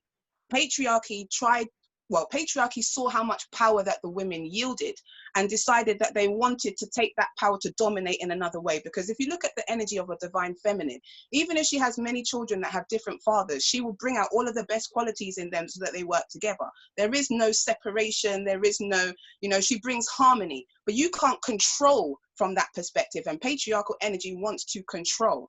So bringing it back to the sacrifice, I was being shown Aztec times, and I was being shown this shift from nature magic and nature ritual and natural ritual, no harm to animals, no bloodshed, to this patriarchal energy where you've got now our Aztecian brothers and sisters, shedding blood en masse. And the heart was also one of the main organs that they took out. So when we're talking about the shadow that we're all going through right now as well, it's also about repairing that heart which was ripped out of people in order to raise their vibration, because those so-called people who were sacrificed were seen as of a high vibration, as an offering to the gods.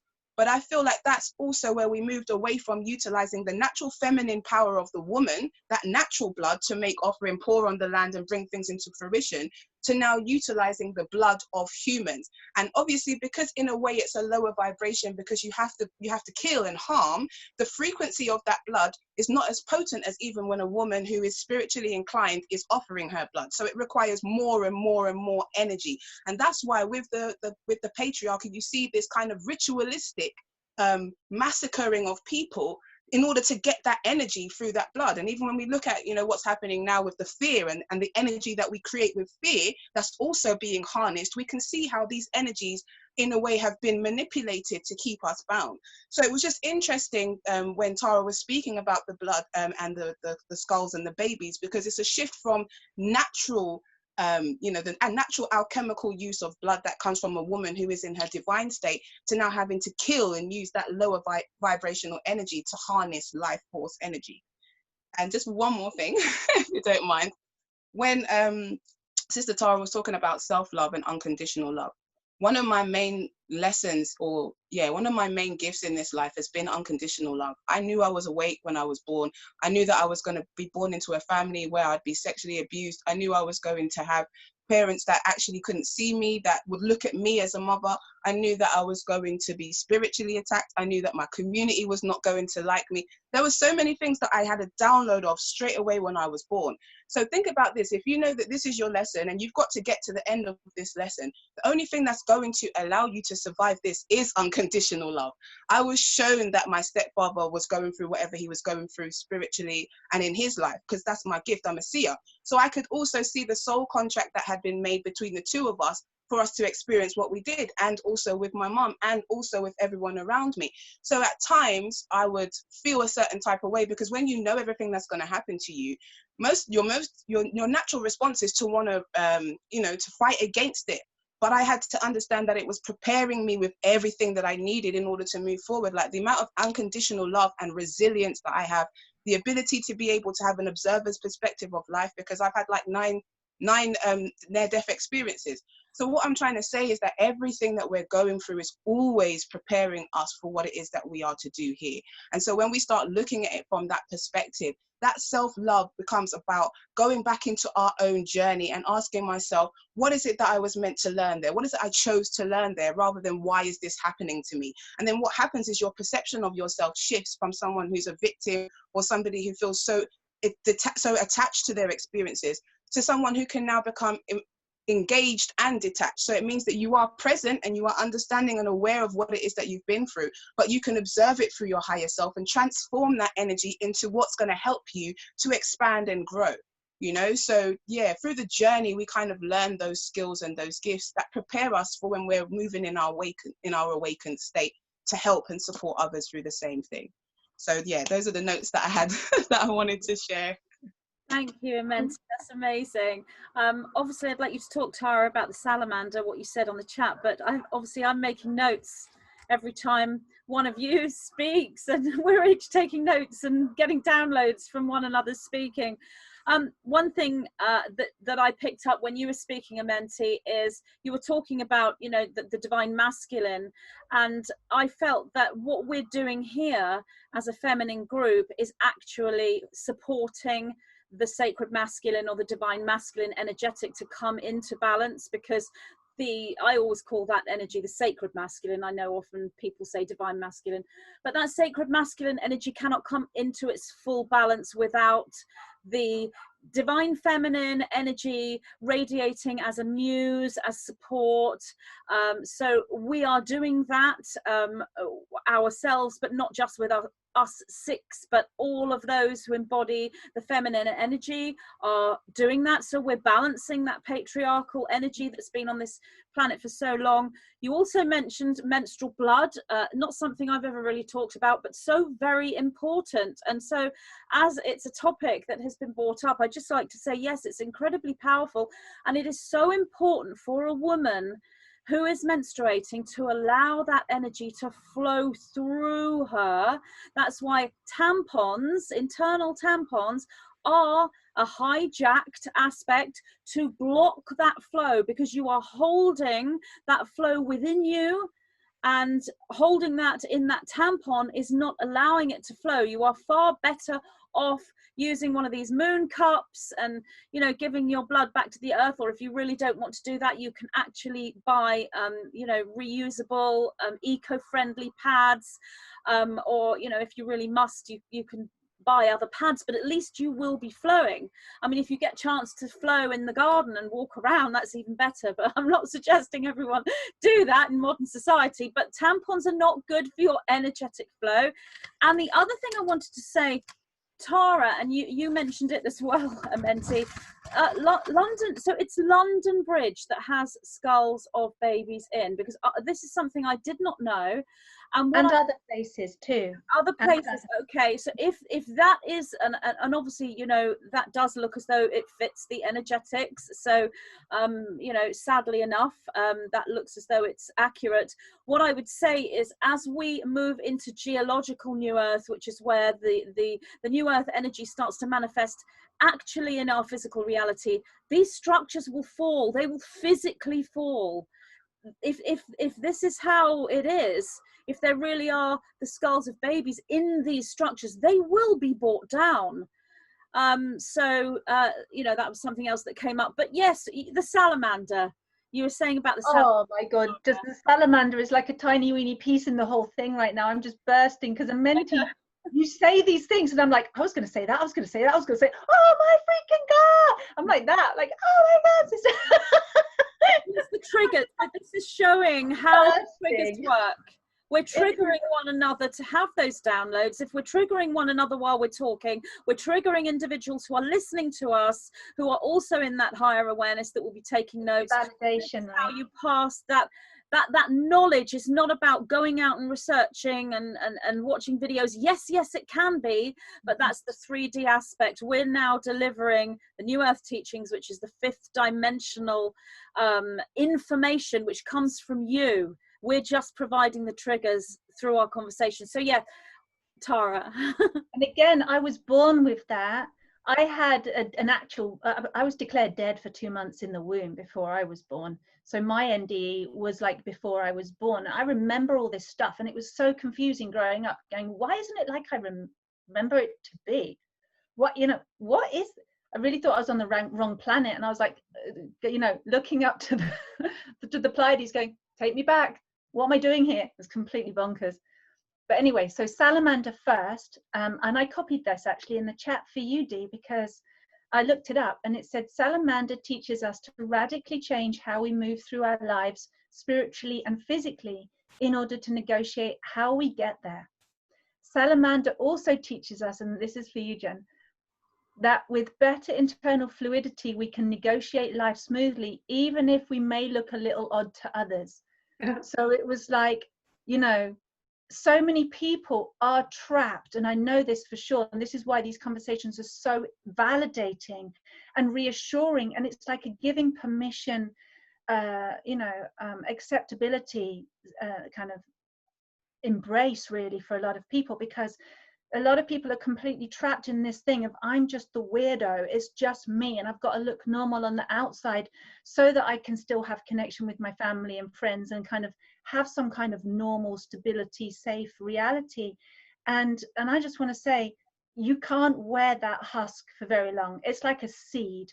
You are going to throw the husk off, and you're going to start having rapid growth. And when you're having that rapid growth, like a little sapling coming out of the seed, your roots have to go down for you to know who you are. And you're going to hit rocks, you're going to hit the dark stuff, you're going to hit the heavy stuff, you know, as you embed your roots down into yourself, into your own psyche, into your own soul, to establish who you are.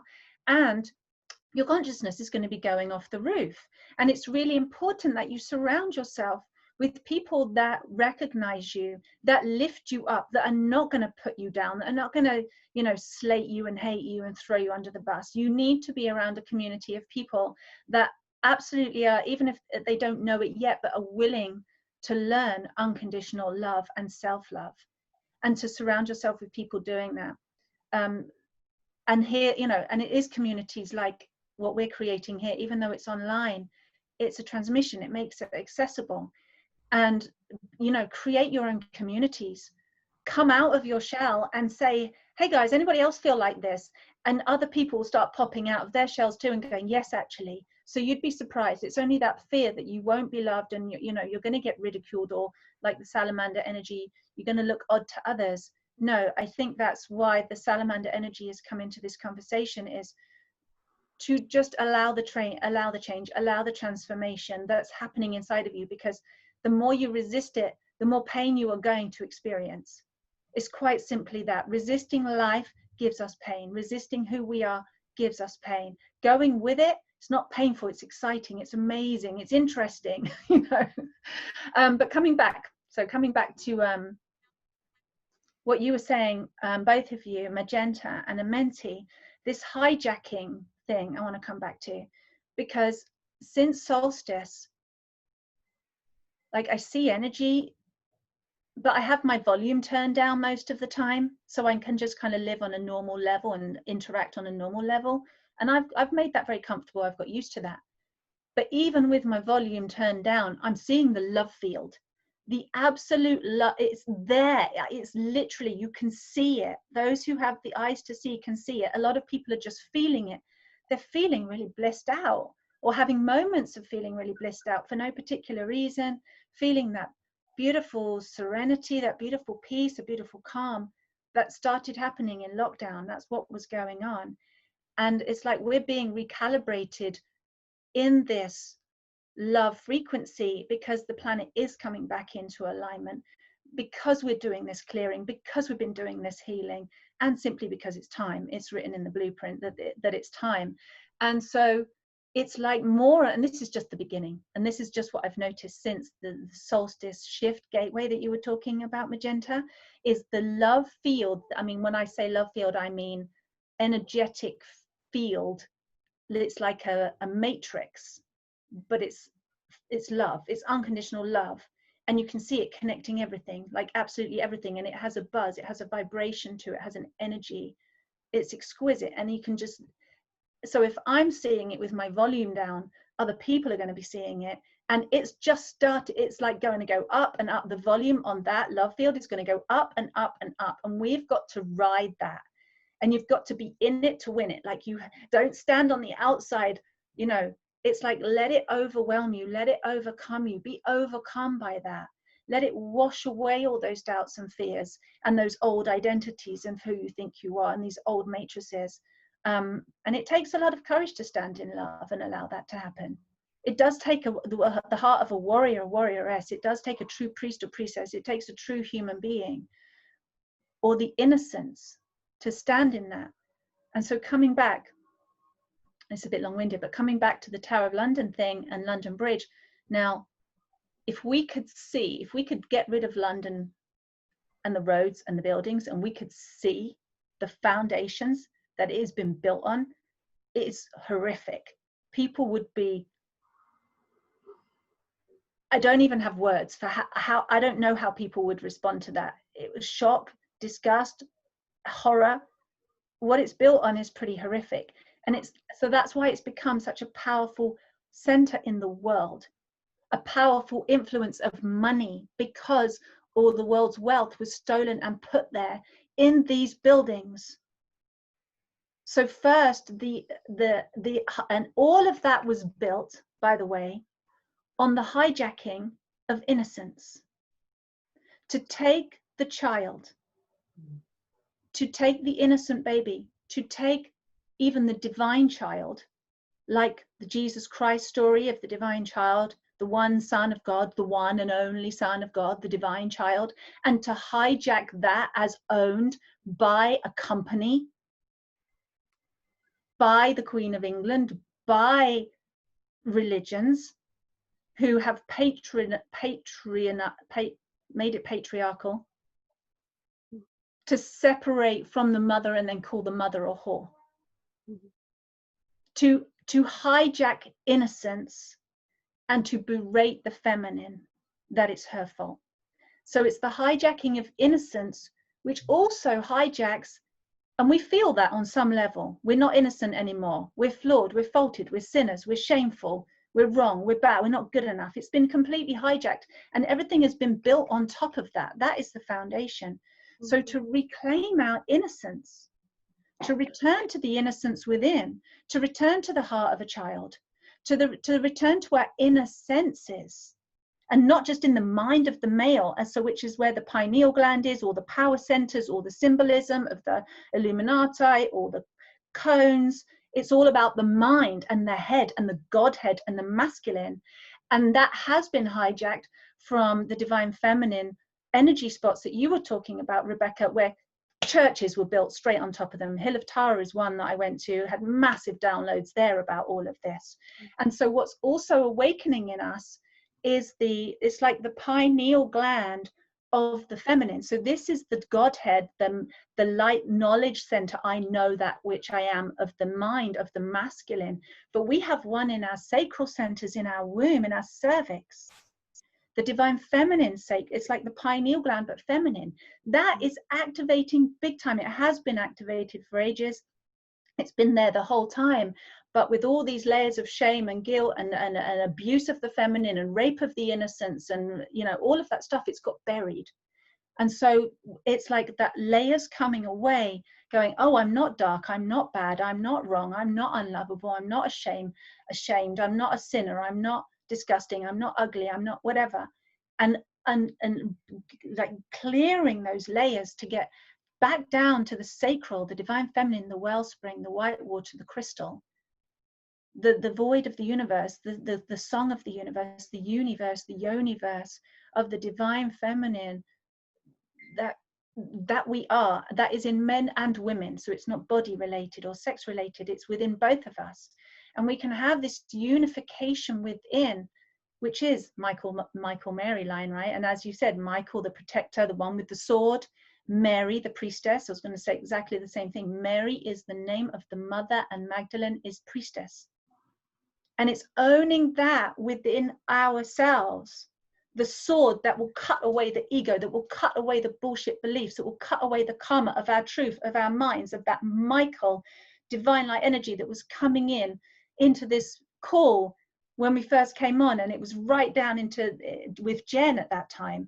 And then also this, you know, embodying the sacral awakening, and we reclaim love. Love has been hijacked on this planet because it is so powerful. It's love that has been hijacked by the Anunnaki, by the rest of them. Or, you know, I don't even know all their names. There's just a whole bunch of them, you know, all coming in different forms and disguises, and, you know, breeding into humans to sabotage, because they are jealous of the earth, because she is pure mother love. And because us human beings are the most dense form of source energy in this known universe, because we are the most beloved child of source creator, because we are love, the embodiment, we are love in flesh and blood, the densest form of love, love made visible, love made manifest. We are the divine child, the sacred creation. We are all divine children. We were all the divine child. And we are reclaiming that. That needs to be reclaimed in the heart and body and soul of every human being. And, you know, because that's what they've wanted to sabotage, so that we wouldn't have the power of the love field that we are now manifesting. We are awakening as this planet, as Gaia awakens to her love vibration. It's not just what happens to us on a human level, it's what's going to happen on a galactic level, which has a massive, as you all know from the Galactic Federation, massive universal consciousness level. It's like, it's a new birth in the universe, not just on Earth. And it's so important because all those other star systems and star beings that are living in jealousy, that are living from their mind, from that egoic kind of alien version of ego realm of power, manipulation, control, they will be wiped clean. They will be out of the game. And so that's why they've hijacked Earth, hijacked the feminine, hijacked the child, the babies. You know, how to traumatize an entire world very quickly is just slaughter babies. It's horrific, right? Hijack the innocent. So we're reclaiming all of that. Thank you. Tara, while you were speaking, I'm sorry to just jump in here. I just had a massive, like, it's like a hot flush, but it's more like a power surge. It was just, I was just getting overwhelmed with it. There's so much. I wanted to also add, you know, of course, there's often sacrifices underneath the foundation stone of buildings. That's part and parcel of it. Amenti, you were talking about the patriarchal energy. Magenta was talking about divine masculine. I see the patriarchal energy as it's the subversion of divine masculine, just like the fall of Atlantis was caused by the inversion of the divine feminine. We need to really look at divine masculine, divine feminine, and the balance between the two. We need to look at the inverted side of that and just see how it has been used against humanity, because we are overcoming this now. The old patriarchal system where satanic ritual and the whole satanic energy used by the beings who need to use human energy, this is coming to light, and this is the deepest, darkest part of the whole conversation, of the whole just trying to think of the words, the whole energy behind it. It is coming to light now in ways. People are finding out about the children coming up from underground bases. People are finding out about Pizzagate in the USA. People are understanding that there's paedophilia, that's not just random people, that it's a whole organization. This is the nasty subversive side of the patriarchal energy and the inverted side of divine masculine and divine feminine. I also wanted to talk about you know, England has the heart centre of Mother Earth in it. You know, we know that Glastonbury and maybe another area as well in England, but the two interchange. I think it's Shaftesbury. So England has the heart centre of Gaia, Mother Earth. Mother Earth is the heart planet, the feminine, divine feminine heart-centered planet in our solar system, possibly, you know, bigger. Us human beings who are very connected to Gaia, Mother Earth, we are very, very emotional beings. That's emotions are connected to the heart chakra. We are very emotional beings. Other beings that watch humans are in awe of our emotional side. We have deep emotions that they can't tune into. They're very much more intellectual, and they can't genuinely feel the full spectrum of emotions that humanity has. And this is part of the magic of human beings. This is part of what we have that other beings don't have. And this is part of our energy that is being used. I could go on, but it's all so relevant, and I feel like, you know, we're 2 hours in and we're absolutely touching on, we've brought a lot of it in, we're touching on a crux of it, talking about the divine, you know, Mary Magdalene energy. Well, Magdala, of course, is the tower. She's very much connected. I love power animals. I love that we've brought the salamander into this. I would also like to bring in the honeybee. The honeybee is very much associated with divine feminine, connected with Artemis, connected with the queen cells and honey, which is a very sacred, it's even a kosher liquid, even though, yeah, honeybees they're very much historically connected with divine feminine and also connected with Mary Magdalene, the Mary Magdalene energy. And I've got a real link with the dragonfly, which I think is sort of similar as well with the honeybee, the dragonfly energy. I think nature is a massive, massive energy that's coming up, even for people who have perhaps not even really been that connected to nature before. But Tara, everything you said was beautiful, and you too, Becky. And you're right, we have been talking for 2 hours, and I do feel like we're only just coming into the core of the material and touching on the crux of things. But we could talk for hours and hours. I'm sure we could probably sit here recording and talk till midnight. But that is 2 hours, and it's been amazing. And the whole conversation has taken on a life of its own, and a really beautiful formation that I do feel represents the New Earth energy. But obviously I think we probably should end our conversation after 2 hours, really. But is there anything anyone would like to say to add to anything that we've been saying already before we say goodbye? Amenti? I just wanted to just speak very briefly on just some of the things that Tara said. And it's interesting that her name is Tara, because Tara represents the old earth that was destroyed before this earth. And what she was talking about, you know, this not being just an awakening or an ascension for us, but also it is for the planet, for the whole universe. And that's what's happening. We are part of what's called a planetary ascension. We are moving from one harmonic universe into another. And each harmonic universe has a triad of dimensions. So we're moving from harmonic universe 1, that has 1, 2, and 3, into harmonic universe 2, which is 4, 5, and 6.